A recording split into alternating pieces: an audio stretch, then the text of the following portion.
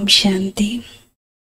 అన్ని రకాల ఆసక్తుల నుండి ముక్తులుగా అవ్వాలి అని ఈరోజు బాబా మురళిలో వినిపించారు.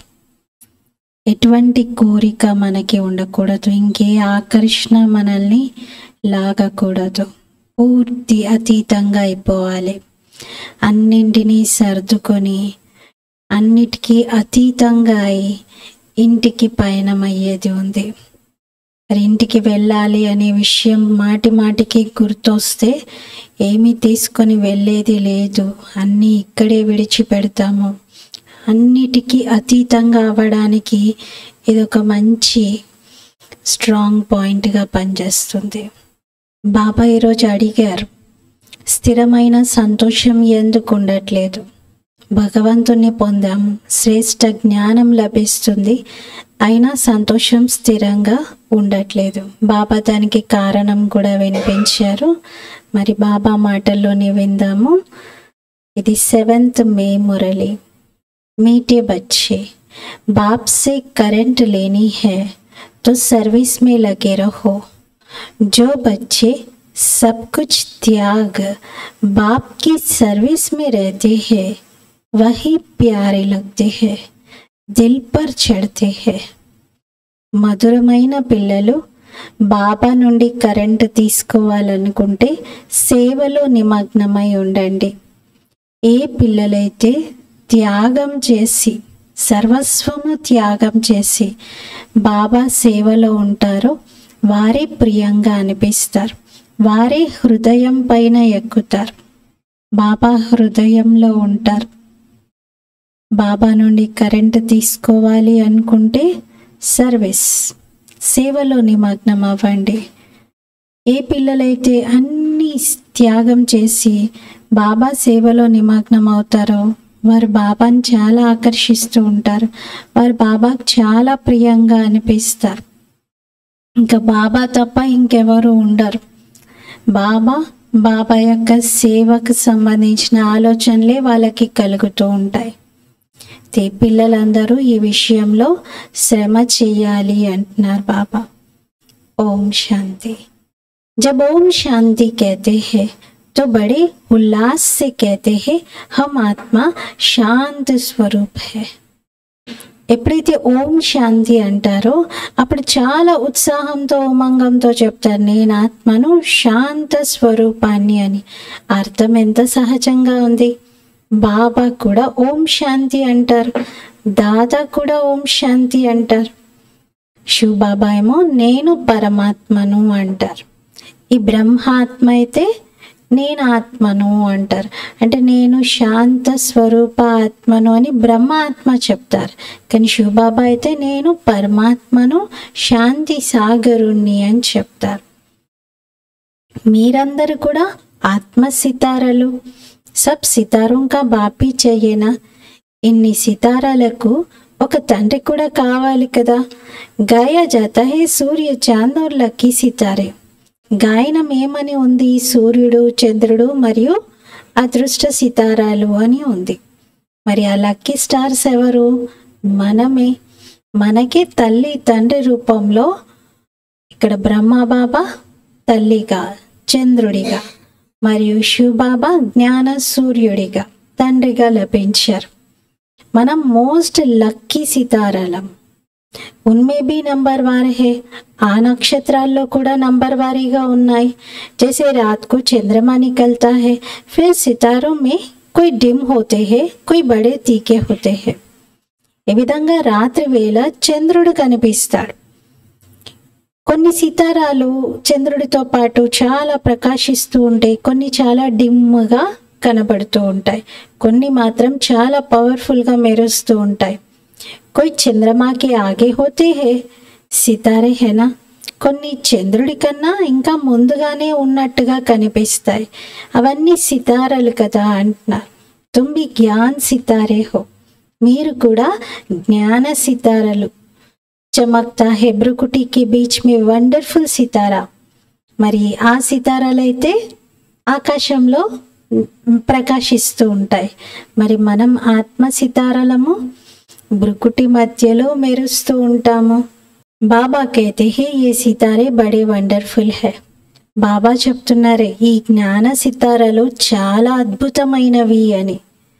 एक तो इतनी छोटी बिंदी है जिसका कोई को पता नहीं. ఏంటి అద్భుతము అంటే ఒకటేమో చాలా సూక్ష్మమైనవి, వాటి గురించి ఎవరికి తెలీదు అంటున్నారు. ఆత్మ హి శరీర్ సే పాట్ బజాతి హై.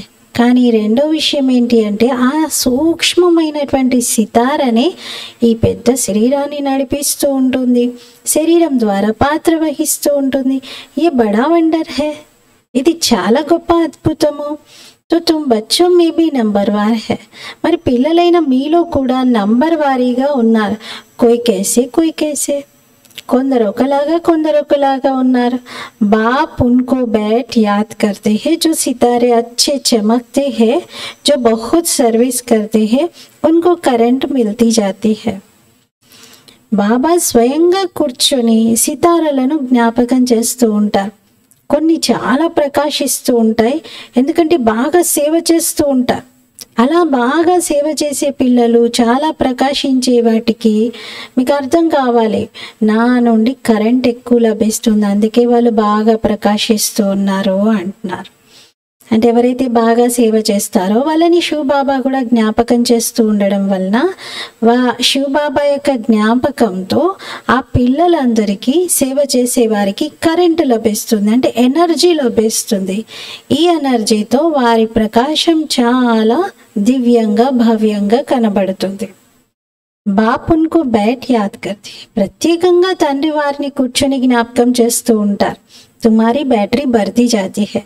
బాబా మనల్ని జ్ఞాపకం చేయడము అంటే బ్యాటరీ చాలా హై ఎనర్జీతో నిండుతూ ఉంటుంది. తమో ప్రధానంగా ఉన్న ఆత్మ సతో ప్రధానంగా అవుతూ ఉంటుంది. దీనికోసం బాబా నుండి సర్చ్ లైట్ లభిస్తుంది. నంబర్ వారి పురుషార్థం అనుసారంగా ఎవరెంత సేవ చేస్తారో అంత బాబా యొక్క కరెంట్ని పొందుతూ ఉంటారు. బాబా అంటారు, నా కోసం సర్వస్వం త్యాగం చేసి నా సేవలోనే నిమగ్నమైనటువంటి వారు నాకు అందరికంటే చాలా ప్రియమైన వారు, నా హృదయం పైనే ఉంటారు వారు. బాబా హృదయాన్ని తీసుకునేవారు కదా. బాబాకి ఏమని పేరుంది? దిల్వాలా. అందుకే దిల్వాలా మందిరం కూడా ఉంది. ఇప్పుడు దిల్వాలా అనండి, హృదయాన్ని తీసుకునేటువంటి వాడు, హృదయాన్ని తీసుకునే వారి మందిరము అని ఆయన అనండి అంటున్నారు. మరెవరి హృదయం తీసుకుంటారు బాబా? తుమ్నే దేకా హేనా, మీరు చూశారు కదా దిల్వాలా మందిరం. ప్రజాపిత బ్రహ్మ బయట హేనా.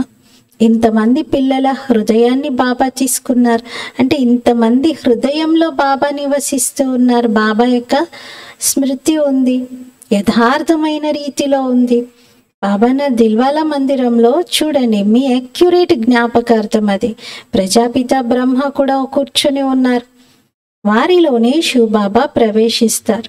మరి మీరు చూస్తూ ఉన్నారు కూడా, పైన స్వర్గం యొక్క స్థాపనకు గుర్తుగా రూఫ్కి ప్రతి విగ్రహం ముందు పైన ఉన్న కప్పుకి చాలా సుందరమైన అద్భుతమైనటువంటి స్వర్గం యొక్క ఆర్ట్ని శిల్పకళ రూపంలో చూడగలుగుతాం.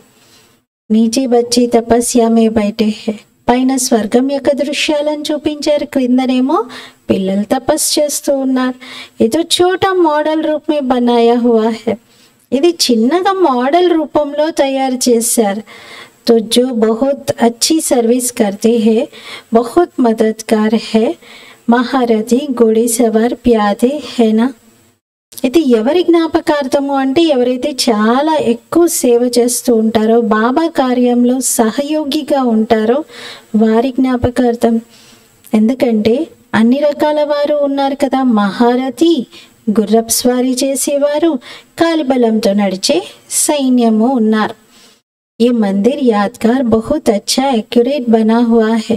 ఈ మందిరము జ్ఞాపకార్థంలో చాలా బాగా అక్యురేట్గా తయారై ఉంది, అంటే అక్యురేసీ చాలా ఎక్కువ ఉంది అంటున్నారు ఇందులో. తుమ్ కహేంగే ఏ హమారా హీ యాద్గార్ హై, మీరు వెంటనే చూసి ఏమంటారు, ఇది మా జ్ఞాపకార్థమే అని. ఇప్పుడు మీకు ఆ ప్రకాశం లభించింది. జ్ఞానం యొక్క మూడవ నేత్రం ఇంతకు ముందు లేదు కదా, ఇప్పుడు లభించింది. भक्ति मार्ग में जो मनुष्यों को सुनाते हैं వ సత్ సత్ कहते हैं. భక్తి మార్గంలో మనుషులు ఏది వింటే దాన్ని సత్యం సత్యం అంటూ వచ్చారు. వాస్తవంగా చూస్తే అయితే అది అసత్యమే, కానీ వాళ్ళకి అది సత్యంగా అనిపిస్తూ ఉంటుంది. ఇప్పుడు బాబా ట్రుత్గా ఉన్నారు, సత్యమైన వారు. వారే స్వయంగా ట్రుత్ని వినిపిస్తున్నారు, సత్యమేంటో తెలియజేస్తున్నారు. దీనితో మీరు విశ్వానికి యజమానిగా అవుతారు. బాప్తో కుచ్ భీ మెహనత్ నహీ కరాతే హై. బాబా పిల్లల చేత ఎటువంటి శ్రమ చేయించటం లేదు. సారే జాడ్ కా రాజ్ తుమారీ బుద్ధి మే బైఠ్ గయా హై. మొత్తం వృక్షం యొక్క రహస్యమంతా మీ బుద్ధిలో కూర్చుంది. తుమ్కో సమझाते तो बहुत सहज है, परंतु टाइम क्यों लगता है. మీకు అర్థం చేయించడం అయితే చాలా సహజమే, కానీ బాబాకి ఇంతకాలం ఎందుకు పడుతుంది? మనకు అర్థం కాలేదనా? దాని అర్థం ఏంటి మరి? ఇంత సమయం ఎందుకు చెప్తున్నారు భగవంతుడు? నాలెడ్జ్ వర్షా లేనేమే టైం నహీ లగ్తా. అవన తీసుకోవడానికి అంటే జ్ఞానం కానీ వారసత్వం కానీ తీసుకోవడానికి పెద్దగా సమయం ఏమీ పట్టదు. సమయం పట్టేది పవిత్రంగా అవ్వటానికి.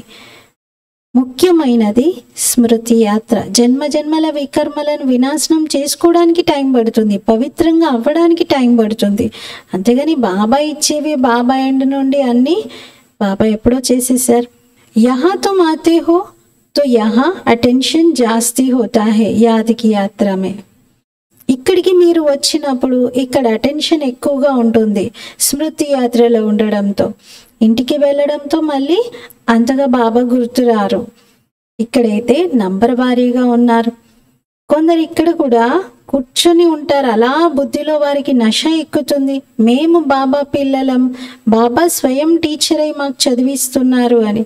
అనంతమైన తండ్రి మరియు అనంతమైన పిల్లలమైన మనం. तुम बच्चे जानते हो बाप इस शरीर में आया हुआ है.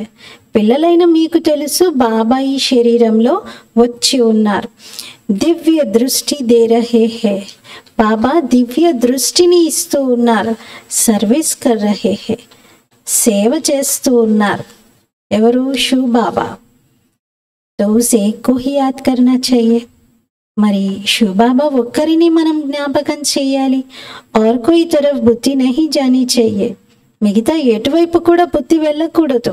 సందేశీ పూरी रिपोर्ट दे सकती है किसकी बुद्धि बाहर भटकती है, कौन क्या करते हैं, किसको झुटका आता है, सब बता सकती है. సందేశీ మొత్తం రిపోర్ట్ ఇవ్వగలుగుతుంది.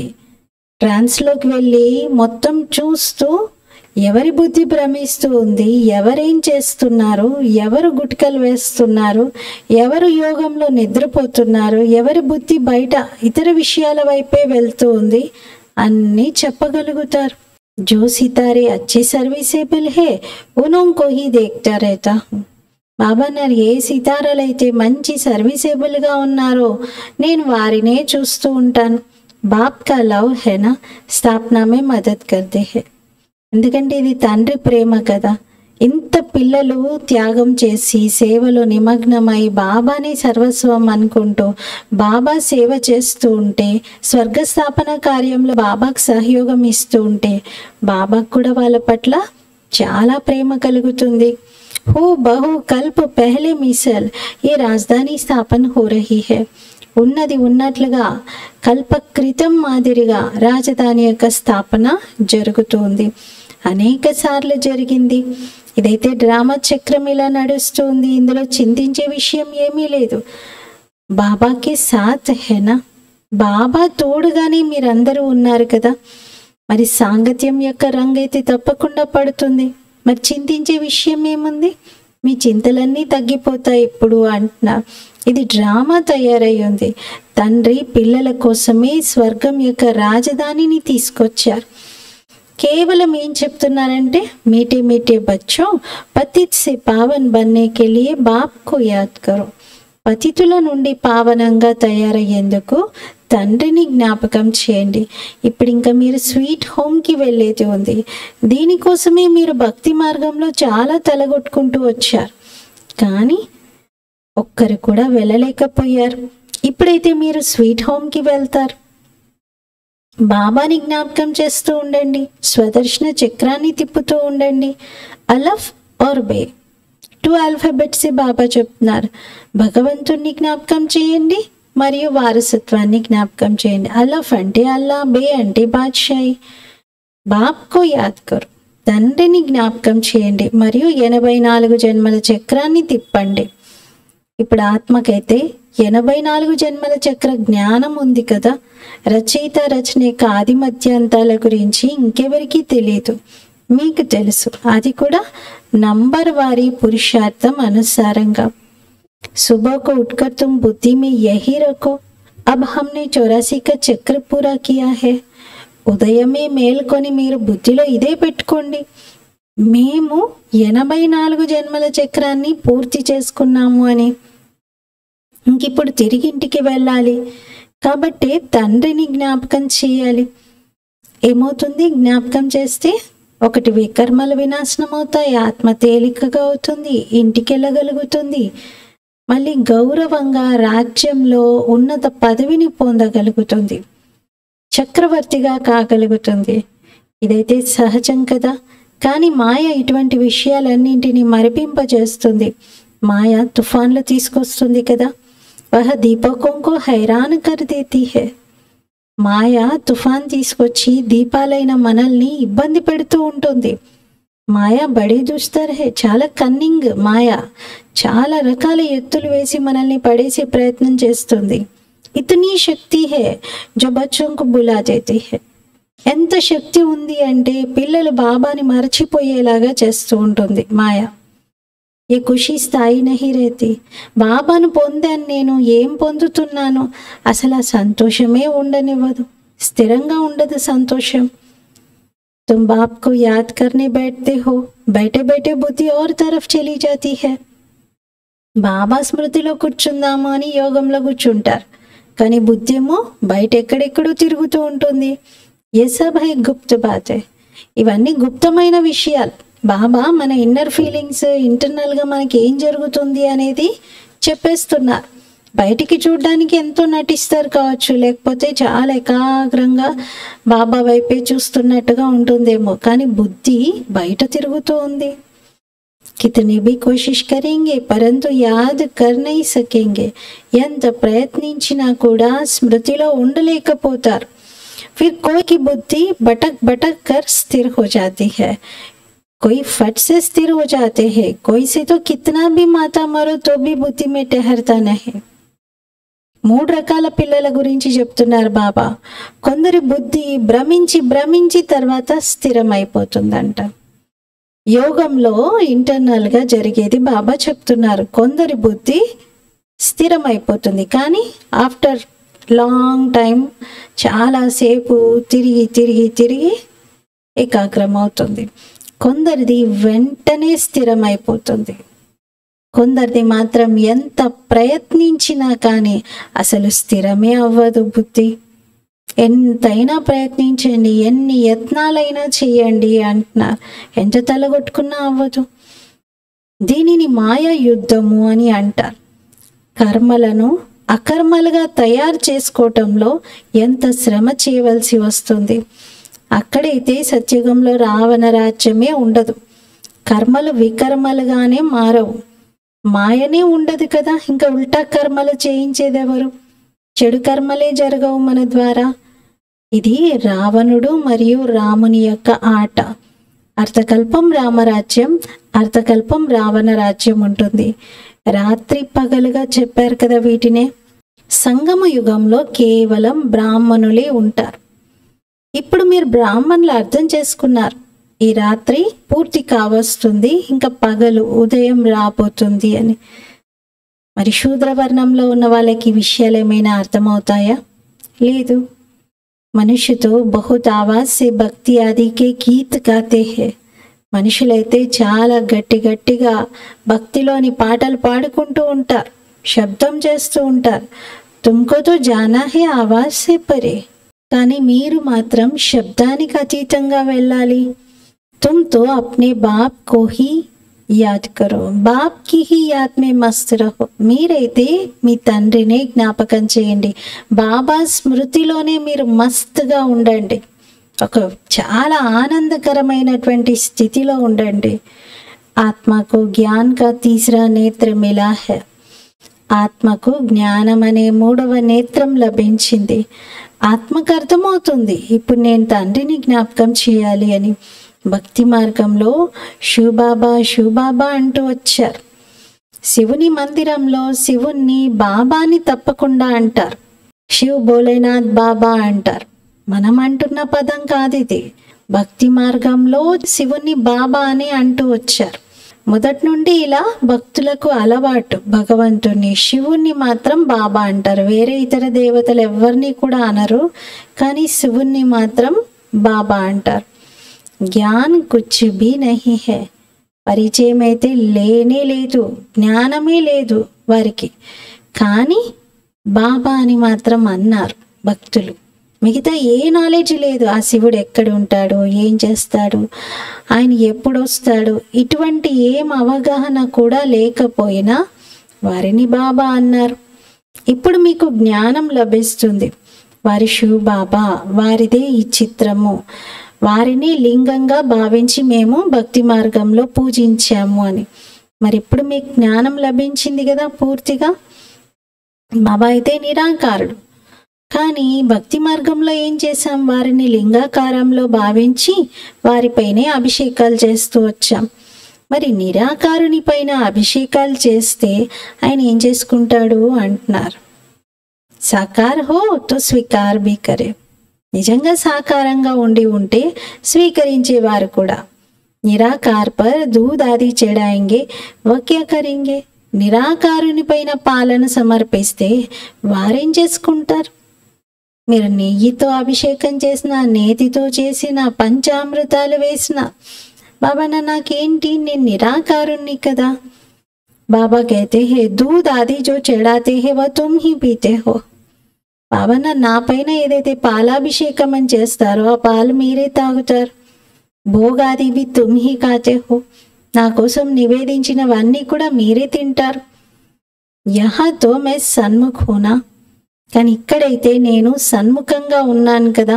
భక్తి మార్గంలో ఎలాగో బాబా ఏమి తినలేదు, నేనేమి తీసుకోలేదు, మీరు నా పేరుతో నా ముందు పెట్టి కాసేపు అయిన తర్వాత మీరే తీసుకొని తిన్నారు అంటున్నారు.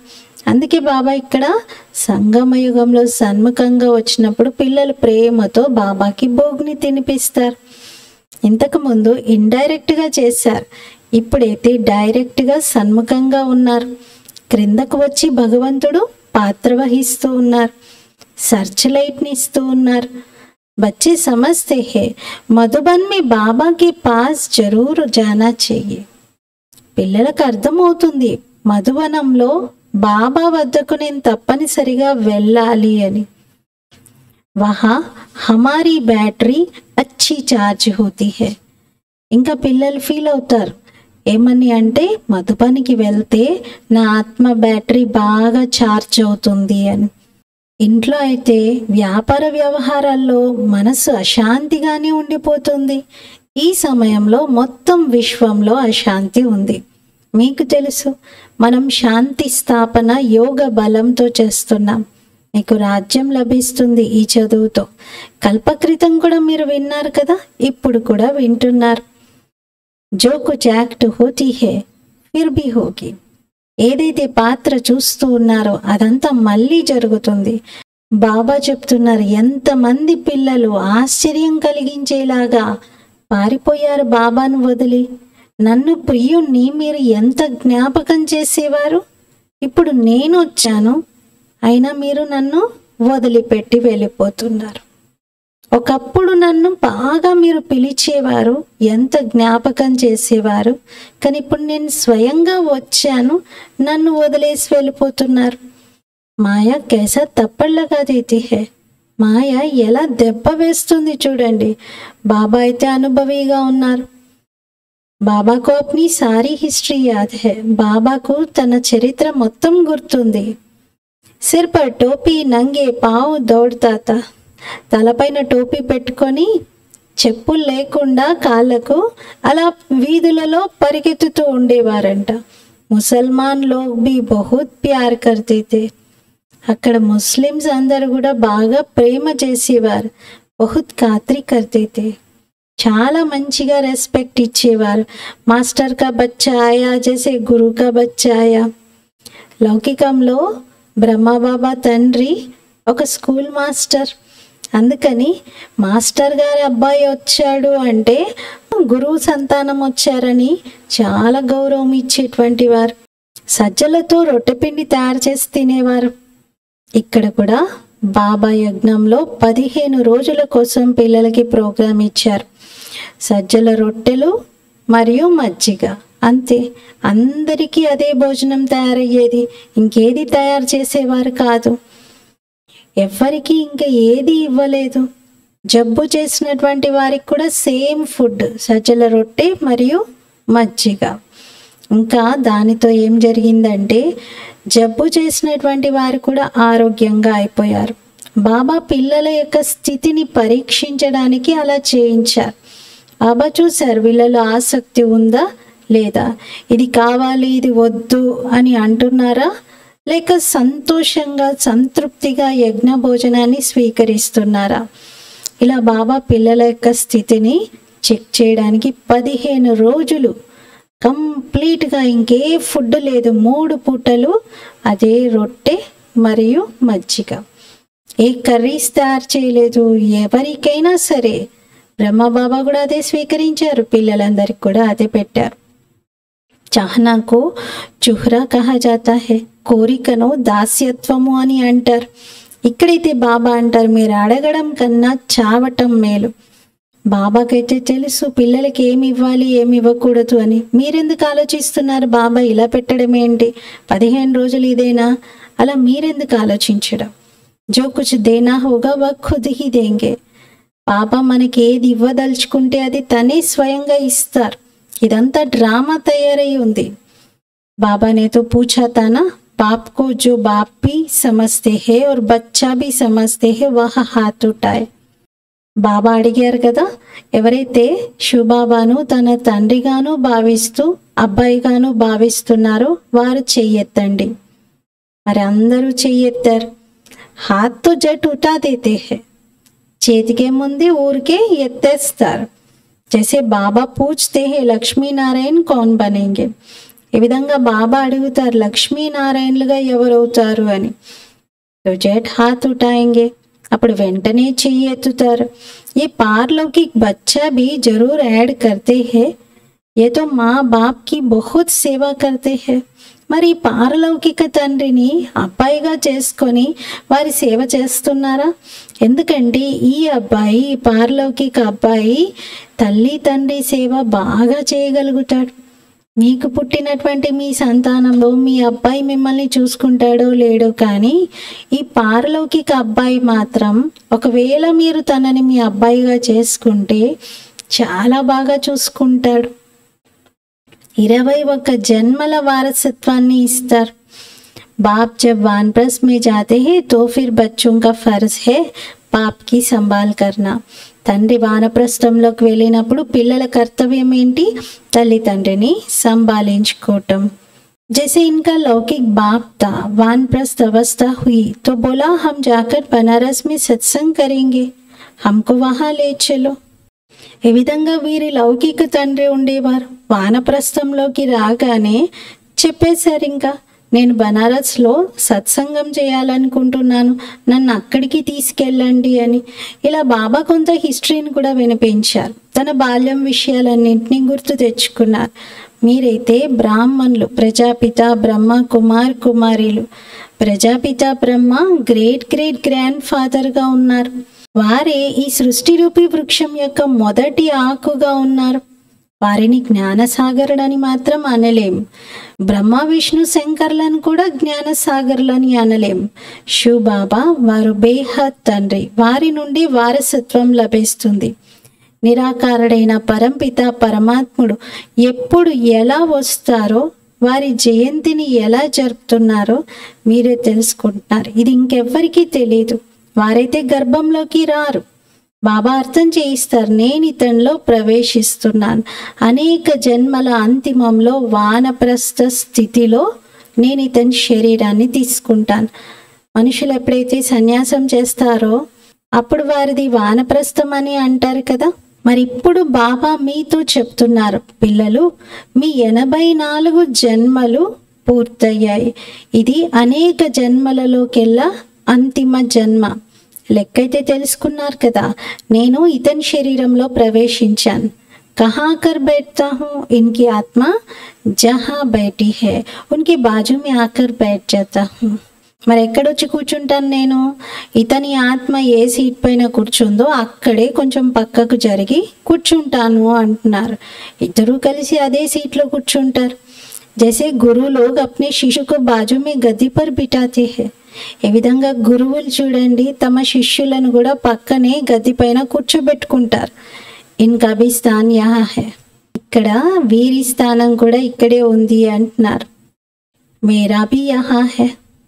నా స్థానం కూడా ఇదే, ఈ బ్రహ్మ స్థానం కూడా ఇదే. कहता हूँ हे ఆత్మాओं మామేకం యాద్ కరో. బాబా ఆదేశం ఏమిటి అంటే నిరంతరం జ్ఞాపకం చేయండి. ఓ ఆత్మలారా, మీరు నా స్మృతిలో ఉంటేనే పాపాలన్నీ వినాశనం అవుతాయి అంటారు. మనుషుల నుండి దేవతగా తయారవ్వాలి. ఇది రాజయోగం. నూతన ప్రపంచం కోసం తప్పనిసరిగా రాజయోగం కావాలి. బాబా అంటారు, నేను వచ్చింది ఆది సనాతన దేవీ దేవతా ధర్మం యొక్క ఫౌండేషన్ వేయడానికి. గురువులైతే అనేక మంది ఉన్నారు, కానీ సద్గురువు ఒక్కరే. వారే సత్యమైన వారు, మిగతాదంతా అసత్యమైనదే. మీకు తెలుసు, ఒకటేమో రుద్రమాల, మరొకటేమో వైజయంతిమాల, విష్ణువు యొక్క మాల. దానికోసమే మీరు పురుషార్థం చేస్తూ ఉన్నారు. మరి తండ్రిని జ్ఞాపకం చేయండి, అప్పుడు మాలలో మాణిక్యాలుగా అవుతారు. ఏ మాల గురించి అయితే మీరు భక్తి మార్గంలో బాగా స్మరణ చేస్తూ వచ్చారో ఆ మాలలో మణిగా అయ్యే పురుషార్థం ఇప్పుడు చేయాలి. భక్తిలో అయితే తెలియదు ఆ మాలలో నేను కూడా తిప్పబడవచ్చు అని. మరి మాలలో ఎంత విచిత్రం చూడండి. ఒక పుష్పం ఉంటుంది, ఒక జంట పూస ఉంటుంది. అది ఎవరు అనేది ఇక్కడ మీరు సంగం యుగంలో తెలుసుకుంటున్నారు. పుష్పం శివబాబాకి గుర్తు, జంట మరి లక్ష్మీనారాయణలుగా తయారయ్యే పురుషార్థం చేసిన బ్రహ్మ సరస్వతికి గుర్తు. వారి మాలనే జపిస్తూ ఉన్నారు, కానీ అర్థమే చేసుకోవటం లేదు. ఊరికే రామరామ అంటూ మాలను తిప్పుతూ ఉంటారు. రామరామ అనడంతో రాముడే అన్నీ చేశాడు అని, అంతటా రామమయం అని అంటూ ఉంటారు. సర్వవ్యాపి అనేటువంటి విషయం కూడా దీంతోనే వచ్చింది. ఎటు చూసినా రామమయం, అంతటా రాముడు ఉన్నాడు, అంతటా ఉన్నాడు ఈశ్వరుడు అంటూ సర్వవ్యాపి అని చెప్పేశారు. కొందరు 100 మాలలు తిప్పండి అంటారు, కొందరు ఎన్నిసార్లు తిప్పండి అంటారు. బాబాకైతే అనుభవం ఉంది. 12 మంది గురువులు ఉండేవారు, 12 మంది యొక్క అనుభవం తీసుకున్నారు. ఇలా కూడా ఉంటారు. తనకంటూ ఒక గురువు ఉండి కూడా మళ్ళీ వేరే గురువుల దగ్గరికి అనుభవం పొందడానికి వెళ్తూ ఉంటారు. వాళ్ళ అనుభవం కూడా తెలుసుకోవాలి అని మాల తిప్పుతూ ఉంటారు. పూర్తి అంధశ్రద్ధలో ఉంటారు. మాల పూరీ కర్ ఫూల్ కో నమస్కార్ కర్తే హై. ఒకసారి మాల మొత్తం తిప్పారు అంటే పుష్పాన్ని దండం పెట్టుకుంటారు. శివ బాబా పుష్పంగా ఉన్నారు. మాలలో మనులేమో అనన్యమైన పిల్లలు. అంటే మీరు అనన్యమైనటువంటి పిల్లలే మాలలో తిప్పబడుతున్నారు. మీ స్మరణనే నడుస్తూ ఉంది. వాళ్ళకైతే ఏమీ తెలియదు.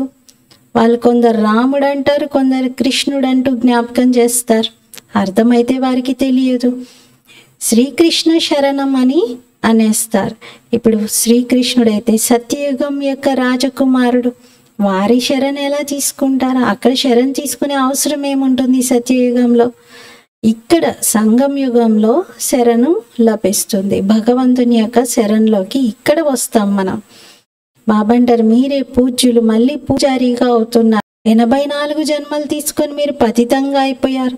అందుకే శివబాబాతో మీరు అంటారు, హే పుష్పమా అంటే శివబాబాని సంబోధిస్తున్నాం భగవంతుని. హే పుష్పమా, ఇప్పుడు మమ్మల్ని కూడా మీ సమానంగా తయారు చేయండి అని. अच्छा, मीठे मीठे सिकिलते बच्चों प्रति माता पिता बाप दादा का याद प्यार और गुड मॉर्निंग. रूहानी बाप की रूहानी बच्चों को नमस्ते. हम रूहानी बच्चों की रूहानी बाप दादा को याद प्यार गुड मॉर्निंग और नमस्ते. मेरा बाबा मीठा बाबा प्यारा बाबा शुक्रिया बाबा. ధారణ కోసం ముఖ్య సారము. ఫస్ట్ పాయింట్, ఏ రకమైన కోరిక పెట్టుకోకూడదు. ఆసక్తి సమాప్తం చేసేయాలి. బాబా ఏది తినిపిస్తారో అదే డైరెక్షన్ మనకి లభిస్తుంది. అడగటం కన్నా చావటం మేలు. ఎలాంటి కోరిక పెట్టుకోవద్దు. ఆసక్తి సమాప్తం అవ్వాలి. బాబా ఏది తినిపిస్తే అదే తినాలి. మీకు ఇదే డైరెక్షన్ ఉంది. అడగటం కన్నా చావటం మేలు. సెకండ్ పాయింట్, బాబా నుండి సర్చ్ లైట్ తీసుకునేందుకు ఒక్క తండ్రితో సత్యమైన ప్రేమ పెట్టుకోవాలి. బుద్ధిలో నష ఉండాలి. మేము పిల్లలము, శివబాబా మాకు తండ్రి. వారి సర్చ్ లైట్తో మేము తమో ప్రధానం నుండి సతో ప్రధానంగా అవ్వాలి అని ఇదే బుద్ధిలో పెట్టుకోవాలి. ఫస్ట్ పాయింట్లో బాబా ఏం చెప్పారు? ఎలాంటి కోరిక ఉండకూడదు. ప్రత్యేకంగా ఈరోజు తినే విషయంలో చెప్తున్నారు. ఏ ఆసక్తి ఉండకూడదు. అలా బాబా సజ్జల రొట్టె మజ్జిగతో 15 రోజులు పిల్లలందరినీ ఎలా టెస్ట్ చేశారో మనం కూడా అసలు నేను ఉండగలనా అని టెస్ట్ చేసుకొని చూసుకోవాలి ఎప్పుడైనా. ఎందుకంటే ఆసక్తి సమాప్తం అవ్వాలి. బాబా నన్ను అడగడం కన్నా చావటం మేలు.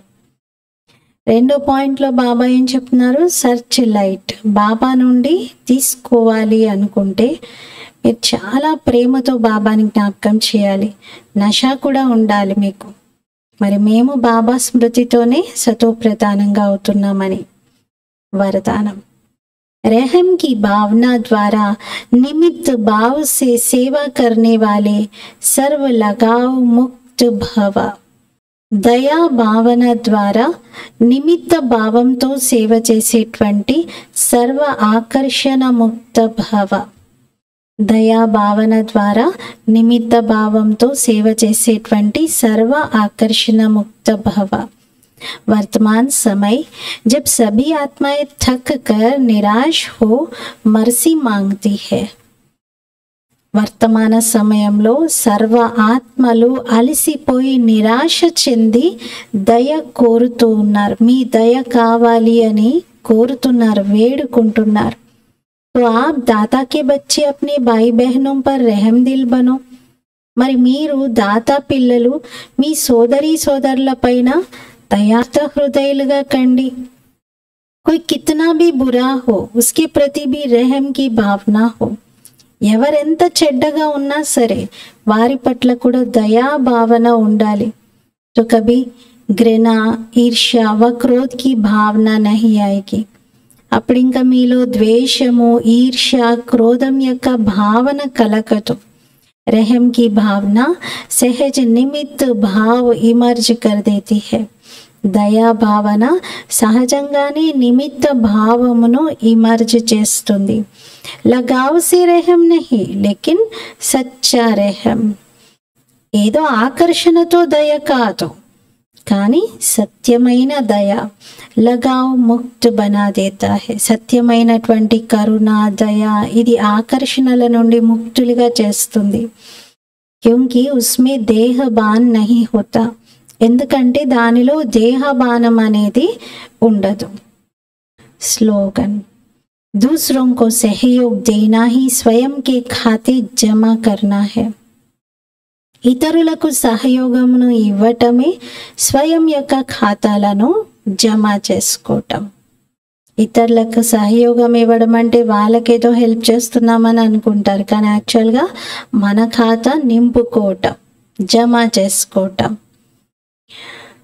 ఈరోజు స్వమానము నేను ఆకర్షణ ముక్తుడను, నేను ఆత్మను ఆకర్షణ ముక్తుడను అంటే సర్వ ఆత్మలకు దయా భావనను కలిగిస్తూ అందరికీ దయను అందిస్తూ నిమిత్త భావంతో మనము సేవలో నిమగ్నమై ఉండాలి। ఓం శాంతి।